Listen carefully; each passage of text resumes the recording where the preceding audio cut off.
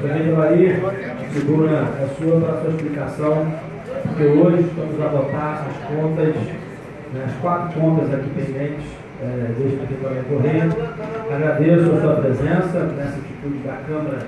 Quero agradecer a todos os vereadores por essa atitude em abrir a tribuna, de um modo democrático, para que a gente possa escutar o prefeito Alair Correia. Boa noite, senhor Alair. Boa noite a todos. Senhor presidente, senhores vereadores, iniciando, agradeço a Vossa Excelência pela oportunidade que me oferece para, nesse dia em que minhas contas serão julgadas pelo plenário dessa casa, eu possa dissertar sobre alguns assuntos e, naturalmente, sobre a minha história. Senhores vereadores, eu tenho 54 anos de vida pública.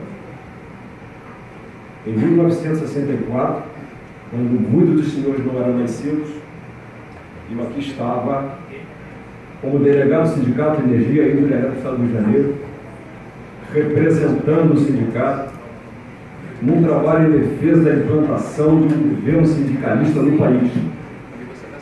Em 1964, com 22 anos de idade. Daqui saímos arrasados quando o Terceiro Exército do Rio Grande do Sul caminhava para o Rio de Janeiro para sustentar João Goulart no poder, e no meio do caminho as Forças Armadas já evitaram que aquela guarnição pudesse chegar ao Rio de Janeiro. Voltamos para nossas casas decepcionados que estava praticamente implantada a ditadura no nosso país. Mas aquele jovem de 64, ele percebeu que não era apenas um momento de buscar uma democracia sindicalista no país e não ter conseguido, que ele deveria parar a sua ideologia, a sua vontade de trabalhar pelo povo brasileiro, pelo povo cabo-verdiense. Chegamos então 6 anos depois, a 1970. Já estava com 49 anos, já estava há 48 anos. 54, eu comecei na vida pública, e com 48 anos eu estava no meu primeiro mandato de vereador. Voltava a essa casa já como representante da população e não mais sindicato. E foram anos de grande trabalho, a ponto do povo me trazer novamente para esta casa, me reelegendo vereador. E os meus pares me elegendo presidente da Câmara. Quantas lutas enfrentei aqui, quantas batalhas em defesa do povo da nossa terra, em defesa em proteção dos lavradores, brigando com grandes fazendeiros latifundiários. Eu e Zé Bonifácio éramos mais jovens. Ele entrou em 72, eu entrei em 70. Ele ficou com a fazenda Campos Novos, na defesa dos lavradores, e eu fiquei com a fazenda Porto Velho, aqui na ilha de Búzios, de Henrique da Cunha Bueno. 2 jovens evitavam que os lavradores fossem açoitados e mortos.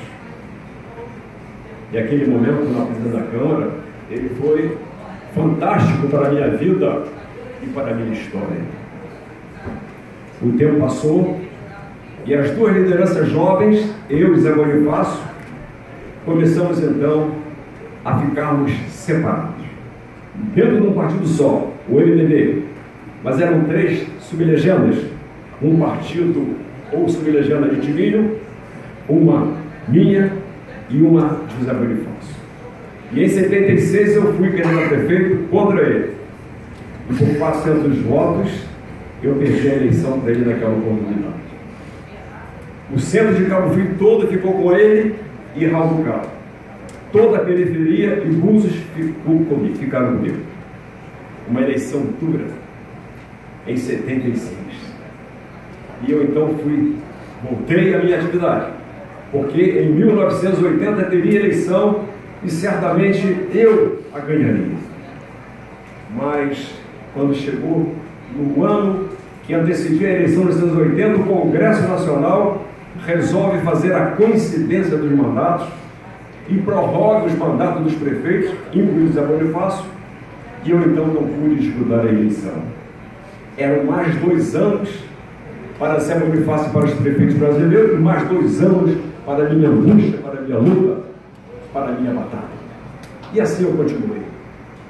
Quando chegou em 1982, veio a eleição, e aí a eleição e a vitória foi minha. Disputei contra o pai do Martim Mendes, o Wilson Mendes, e com uma votação expressiva me elegi prefeito de Cabo Frio. E comecei a minha jornada. A primeira delas era o trabalho mais importante social já visto nessa terra. Todos lembram ou conheceram a favela do lixo. Eram 300 e poucas famílias vivendo dentro de um chá. Quando chovia, ninguém podia ficar dentro dos barracos. E eu cheguei como prefeito, coloquei 25 mil caminhões de terra, levantei o solo e construí 300 casas de 2 quartos, uma para cada família. Me lembro quando eu comprei 27 carretas de telhas em Belo Horizonte, que eu pedi que ficasse ali embaixo grande, e depois mandei que entrasse na cidade, e o povo recebeu essas carretas com fogos. Eram as telhas que produziam as casas do Manuel Correia. Por que Manuel Correia? Porque a partir do momento em que você levanta o solo e faz as casas, o povo então retira a indignidade do nome Favela do Lixo e homenageia o pai Manuel Correia, e hoje aqui é o pai Manuel Correia. Aqueles anos gloriosos estavam começando. Uma criança ou um jovem que quisesse fazer o ensino médio, mas tivesse problema de audição e de visão, era levado para o Rio de Janeiro. E no momento de grande importância para a educação e para a defesa da família cabo-friense, eu construí a primeira escola de ensino médio de Cabo Frio, a Escola Arlete Rosa Castanho, que passou a congregar, a trazer estudantes de até de Campos para Cabo Frio. Era o segundo grande momento do meu governo. E lá no final do Parque Bulli tinha o balão mais infestado, mais sujo que uma cidade podia ter, lá na Praia Siqueira, encostando no asfalto. E eu cheguei ali como prefeito e fui rompendo aquele valão, e daqui a pouco ele não existia, as casas de material e foram fazendo suas casas de alvenaria. Fui para Búzios construir a escola Nicomedes Nazaré, aquela grande escola que está lá em Manguinhos. Fui para Tamoio para construir a escola Alida do Vale. Fui para o Caiçara para construir a escola Isabel Machado. Fui para o Peró para construir a escola Evaldo Salles. E fui calçando ruas, e fui fazendo praças. Mas nem tudo na vida da gente tem sido flores. No governador Brizola começa então o período das emancipações. Ele desce no estádio Hermenegildo Marcelo em Arraial do Cabo e assina o decreto de emancipação de Arraial do Cabo. Cabo Frio não tinha petróleo, todas essas obras que eu estava fazendo era produto de um trabalho enorme, do pouco ICMS, mais expressivo, porque era por conta da barrilha que era produzida na Comissão de Obras.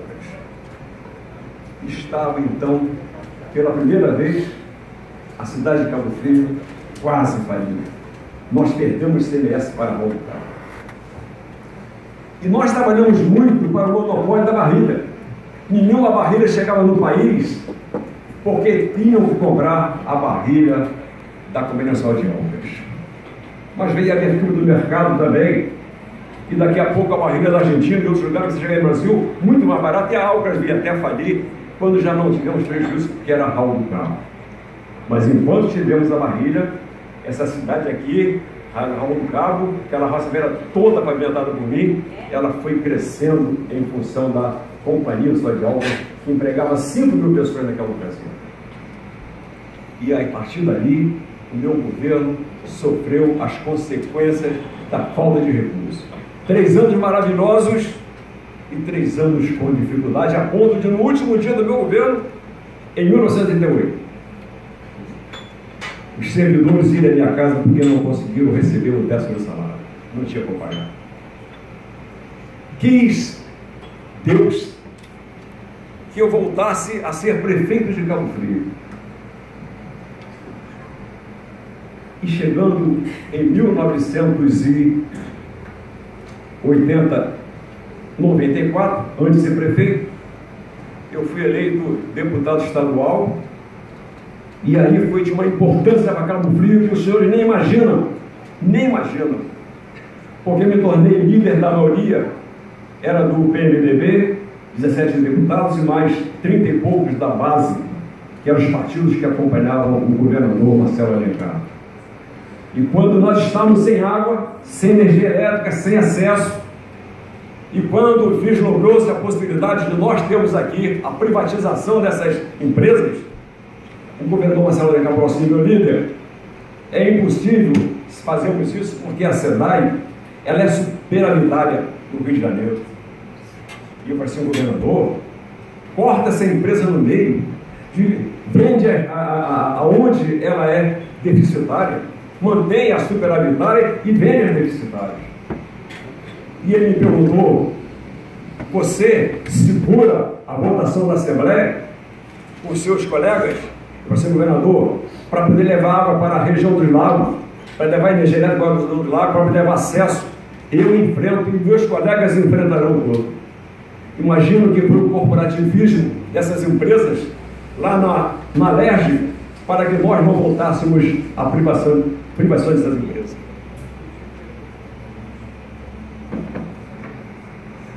Aí, essas empresas foram vendidas, hoje elas estão com preços altíssimos nas suas tarifas, no seu pedágio. É um trabalho que tem que ser feito, mas a água, a energia elétrica e a estrada, o acesso, chegou à região do lado. Estava praticamente definido a minha passagem pela LERJ. A minha história na LERJ está escrita por esse trabalho. E era tão veemente nos meus discursos que os assessores, os funcionários de todos os gabinetes, eles desciam na hora que me anunciavam na tribuna daquela Assembleia. E eu não era oposição, eu era da situação. E você transformar-se num grande orador, sendo da situação, é muito difícil. Agrada-se bastante a população, os ouvintes, os assistentes, quando você bate no governo. Mas quando você exalta o governo, é muito difícil. Mas as pessoas saíam para me ouvir. Bom, feito aquele trabalho, eu vim para prefeito de Cabo Frio em 1996.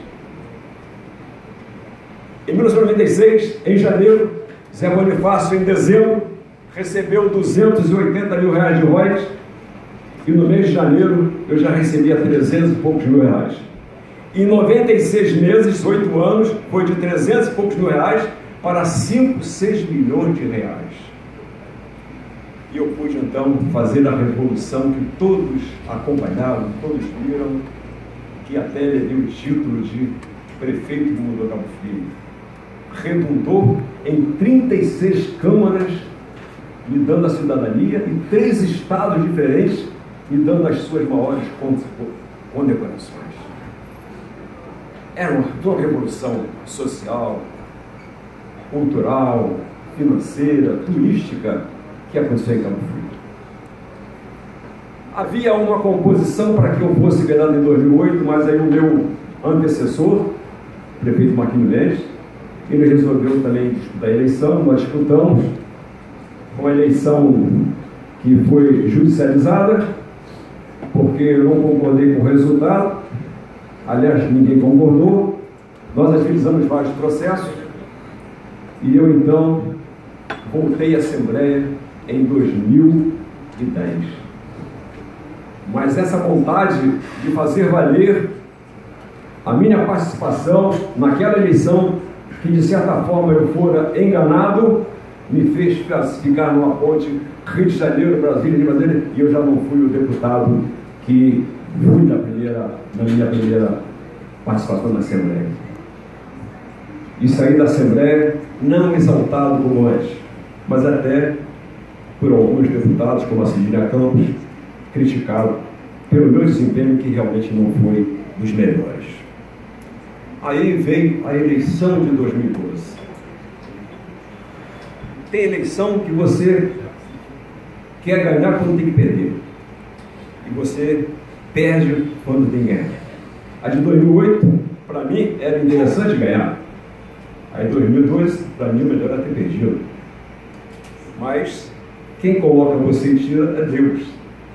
E Deus resolveu que eu deveria ser o prefeito naquele momento. E quando eu chego na prefeitura, eu já não lembro o nome, eu tinha um tempo estabelecido, mas é que eu estou resumindo tudo para poder dizer. Quando eu cheguei na prefeitura, aliás, eu ia chegar na prefeitura em dezembro, já eleito prefeito de Cabo Freitas, os sindicatos estavam em greves, professores e funcionários públicos, de modo geral, mas professores. Porque tinha sido aprovado o plano de cargo e salário, que o Marfinho não pagara. E eu então me vi entre a cruz e a espada. Paga, bota todos para trabalhar, não paga e a cidade vira uma baderna em pleno verão. Era direito do cidadão de ter aquele plano de cargo e salário. Não deveria ser colocado de uma vez só, deveria ser colocado anualmente por 4, 5, 6 anos. Mas foi colocado assim, de uma vez só. E eu chegando naquele momento, com aquela situação, eu pensei o seguinte: eu levei 8 anos, com 5 milhões no final dos 90 e poucos meses, e mudei uma cidade. Eu agora em janeiro, eu vou ter, não 5, vou ter 17 milhões.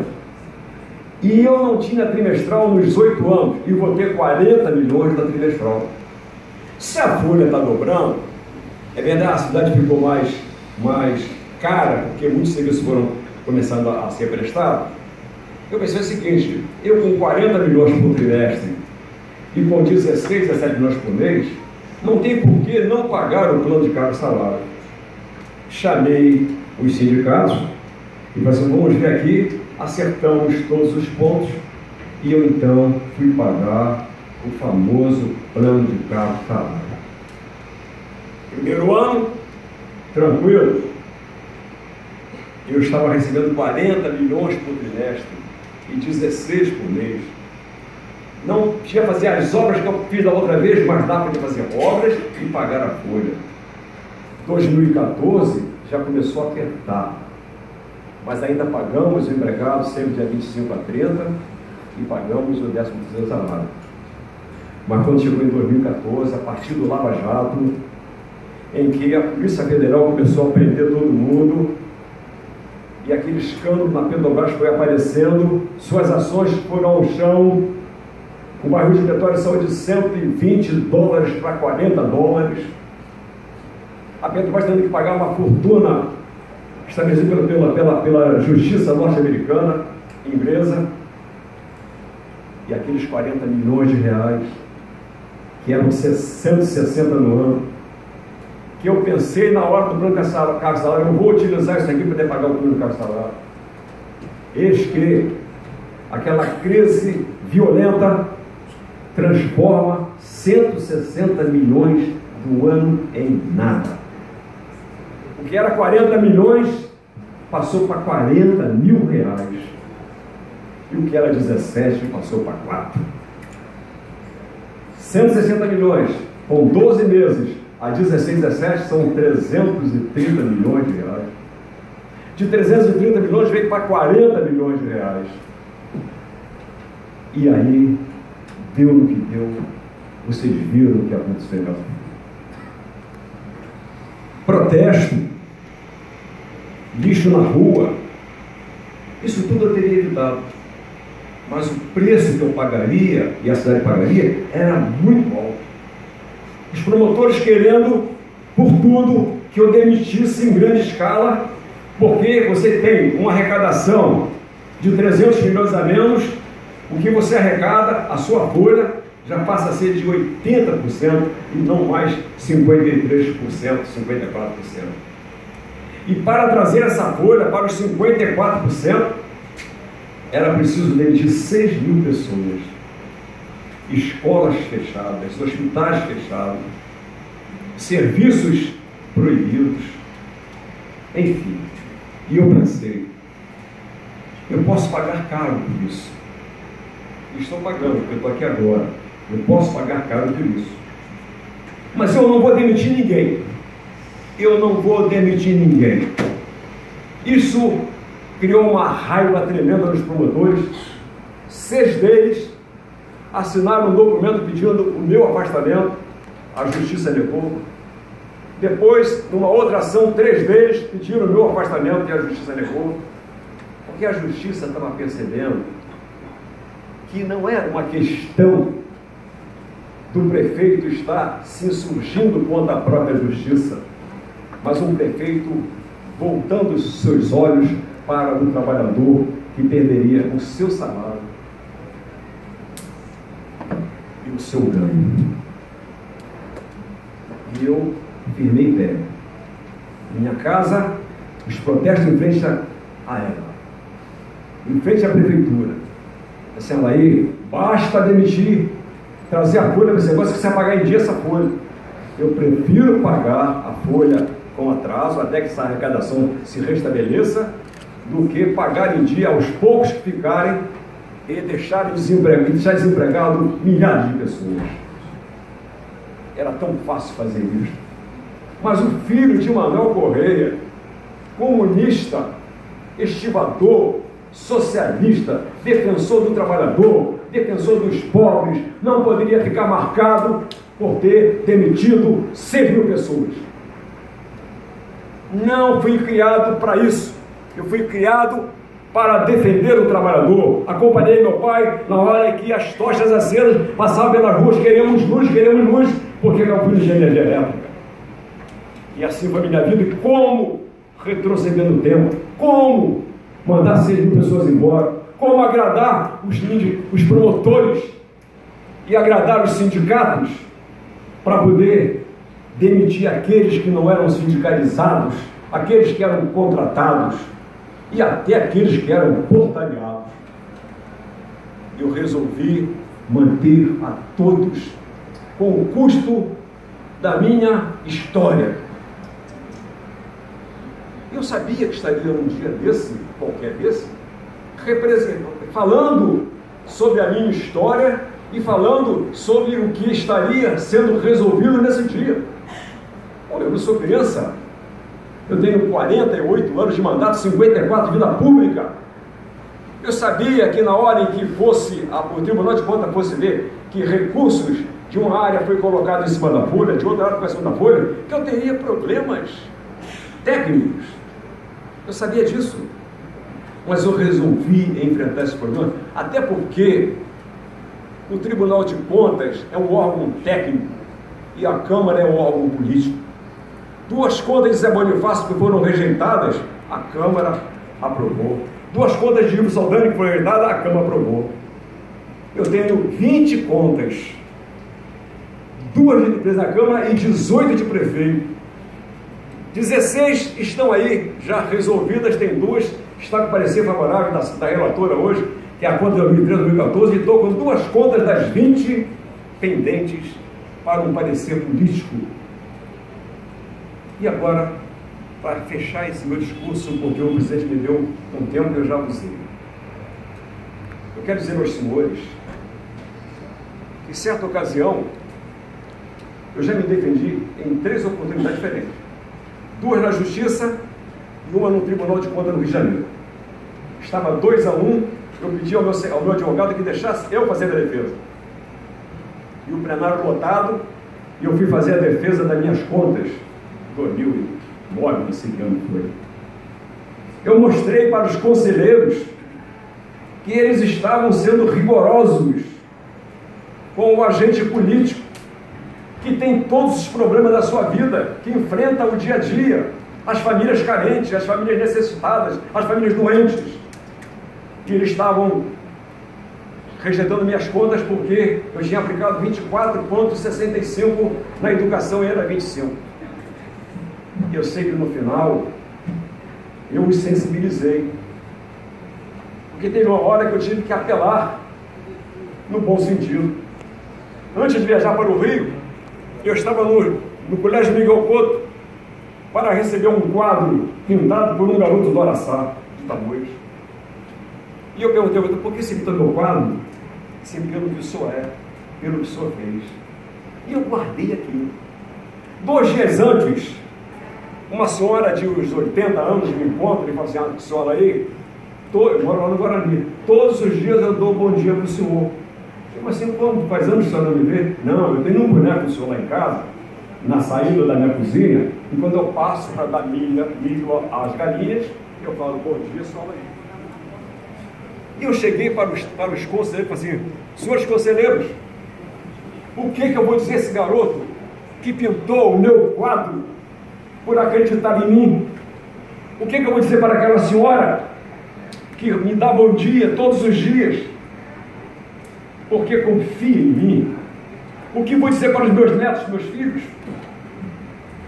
E o Tribunal de Contas, numa tarde memorável, ela me dá a vitória e aprova minhas contas, e o conselheiro Aloysio Gama fala, Alair, essa senhora reverenciava o grande prefeito que o senhor foi, o homem, aí ele sabia das obras, o homem com os seus problemas, o homem com isso, era uma reverência ao seu trabalho, à sua luta. Quando eu falei que a Câmara já aprovou contas de outros prefeitos, rejeitadas pelo tribunal, é porque o poder político, há poucos dias agora, nós vimos o Ciro Gomes dizer, no seu programa eleitoral, que não aceitam o que os promotores estão fazendo com os prefeitos. Aliás, os técnicos estão fazendo com os prefeitos.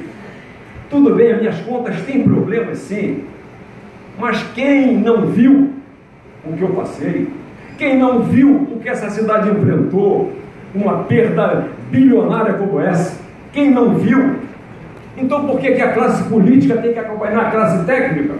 Porque vocês estão no dia a dia aqui, vocês estão vendo o que está acontecendo em Cabo Frio, vocês viram o povo ir para as ruas, porque não havia dinheiro para poder pagar a população. E quanto mais eu atrasasse, pior seria para a população de Cabo Frio. Os senhores viram, os senhores que vão votar, os técnicos do Tribunal de Contas não viram, eles não presenciaram, eles souberam, ouviram pelo FRIS, pela fria lei, e pelos números que chegaram lá. Quem vai votar são políticos, são homens que estão aqui em Cabo Frio, que viu o que eu passei. E o que eu estou aqui hoje é para pedir aos senhores para não macularem mais a minha história. Já abandonei a política não, a condição de candidato a qualquer coisa no dia 7, quando eu perdi a eleição. A urnas mostrou um caminho para mim, eu não sou mais candidato a nada. Mas 54 anos de vida pública não merece terminar dessa maneira. Não merece. Porque se eu ainda fosse disputar eleições, tudo bem que os partidos quisessem impedir que eu voltasse a ser prefeito, que eu voltasse a ser vereador, mas eu não sou mais candidato a nada. Quero apenas encerrar a minha vida em paz, registrar na minha história as coisas boas. Então eu faço um apelo aos senhores vereadores. Foram vereadores, quando eu fui prefeito, Luiz Geraldo, Rodolfo, Ricardo Martins, Vinícius, Vanderlei, Jefferson, Aquiles Barreiro. Vocês foram vereadores com Marquinhos e foram vereadores e são vereadores com Adriano. Vocês sabem a diferença que é, o respeito que existiu, a ajuda que proporcionei a cada um dos senhores, para que pudessem fazer o trabalho dos senhores a contento, resolvendo o problema das famílias carentes de Cabo Frio, diretamente pelos senhores. Vocês viram como foi o trabalho do meu. Vocês viram como foi com o Marquinhos. as dificuldades que os senhores tiveram. Vocês viram como está sendo com o Adriano, que vai ter que se curvar, porque ninguém faz governo sem uma maioria na Câmara. Vai ter que ser menos duro na sua vontade de administrar, porque é preciso ter maioria, é preciso ter a tranquilidade para trabalhar. E a tranquilidade é exatamente com a maioria, não para o vereador se beneficiar disso, mas é importante para que o prefeito possa ter tranquilidade para governar. E foram colegas meus de trabalho, Alessandra e Braulão, trabalharam no meu governo e fizeram o melhor, e tanto fizeram o melhor, que hoje eles são vereadores também. A esses vereadores, eu estou fazendo um apelo em relação à relação que tivemos. E aos outros vereadores que estão aqui, novos vereadores, representantes leais da sua população, que não esquecesse do que eu acabei de falar sobre a questão técnica versus questão política. Se vocês tivessem a vontade de ter falado comigo, vocês vão ver como eu respeitei o vereador. Mas vocês podem dar o voto de vocês baseado nessa situação. O técnico, ele não está aqui no dia a dia para ver a situação. Ele pega os documentos. Aliás, a conta de 2016, ela foi até errada para lá. E a classe política julgar politicamente. Eu estou completando 54 anos de vida pública. Há 48 anos usei essa tribuna. A posição não era bem essa. Estou voltando 48 anos depois, comecei aqui, estou encerrando aqui. Tendo as minhas contas, com o parecer do tribunal, rejeitado ou não, é a última vez que eu piso nessa tribuna. Eu gostaria que vocês prestassem homenagem à minha história e à minha família, rejeitando o parecer do Tribunal de Contas. Muito obrigado a vocês. Boa tarde.